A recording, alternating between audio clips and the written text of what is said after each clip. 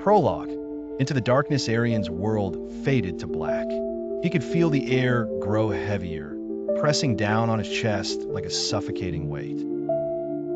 Somewhere in the distance, he heard whispers, soft, eerie, like voices from a forgotten realm. Then, suddenly, a cold hand brushed against his face. His eyes snapped open. He was no longer in the hotel lobby. He was somewhere else, a place that shouldn't exist. The other side, Aryan found himself lying on damp earth, surrounded by thick fog. He struggled to sit up, his head pounding. The air smelled ancient, like wet stone and decayed wood. Tall trees loomed over him, their twisted branches stretching out like skeletal fingers. And then, a whisper behind him. "You shouldn't have searched for me, Aryan." He turned instantly, his pulse thundering. It was her, Avni. Her long black hair floated around her as if she were underwater. Her green eyes glowed faintly, unnatural in the darkness. "Where am I?" Aryan managed to ask, his voice shaking. "In between," she replied. "A place neither alive nor dead. A place you were never meant to see." Aryan's breath caught in his throat. "I don't understand.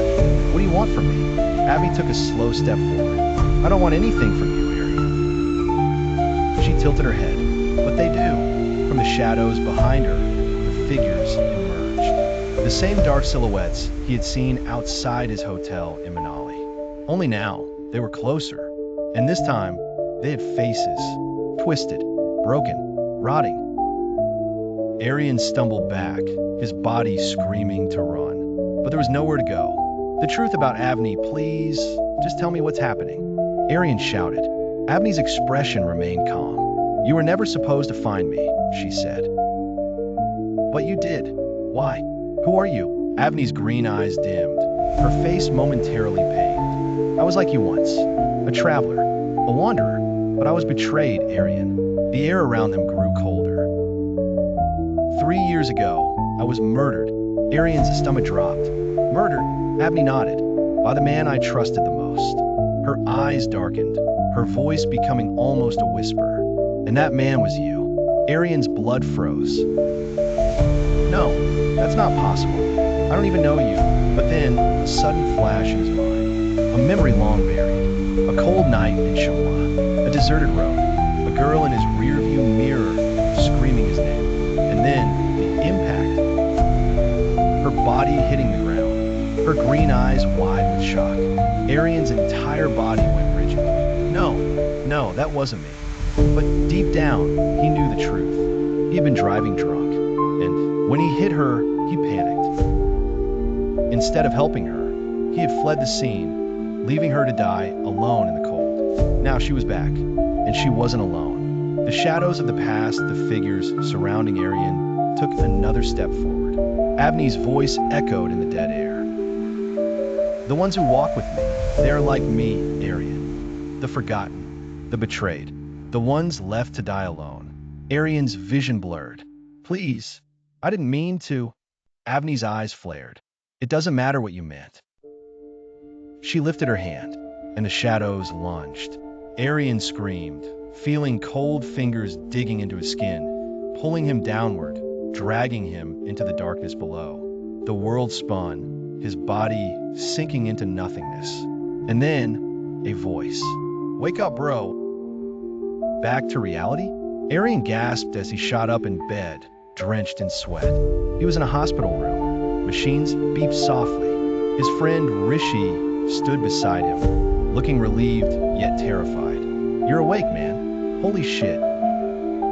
Aryan's throat was dry. "Where am I?" "Delhi. You collapsed in Manali. I had to fly there and bring you back." Aryan's heart raced. "How long have I been out?" Rishi hesitated. 3 weeks. Aryan's stomach lurched. "What?" "Doctors said there was nothing wrong with you, but you wouldn't wake up. You kept mumbling some girl's name. Avni." Aryan felt his blood turn ice cold. "Rishi, she's real. I saw her." Rishi frowned. "Dude, I don't know what happened in Manali, but Avni Rathore is dead. You were dreaming, man." Aryan wasn't so sure. He needed proof. He grabbed his phone, searching through his old travel pictures. And then, nothing. Every single photo where Avni had appeared was gone, as if she had never been there. The final warning Aryan tried to move on. He stopped traveling, stopped working remotely, returned to Delhi, tried to live a normal life. But at night, he still saw her. Reflections in mirrors, a shadow at the end of the hallway, a whisper in the wind. "You can't run, Aryan." Then, one night, he received a text message. The sender was unknown. It was a photo attachment. With shaking hands, Aryan opened it. It was a picture of him, taken just seconds ago. But in the background, standing right behind him, was Avni, smiling, waiting. The phone slipped from Aryan's hand, because at that moment, the lights in his apartment flickered, and the temperature dropped. "I told you, Aryan." The whisper came from right behind him. "You can't escape." Epilogue. The last mistake. 2 days later, Rishi received a call from the police. Aryan had been found dead in his apartment. No signs of forced entry, no cause of death, just one strange detail. His phone was clutched in his hand, the screen still on. Rishi picked it up and checked the last message Aryan had received. It was a video file. He played it. At first, it was just static. Then, Aryan appeared on the screen. His face pale, his eyes wide with terror. "She's here." The screen glitched.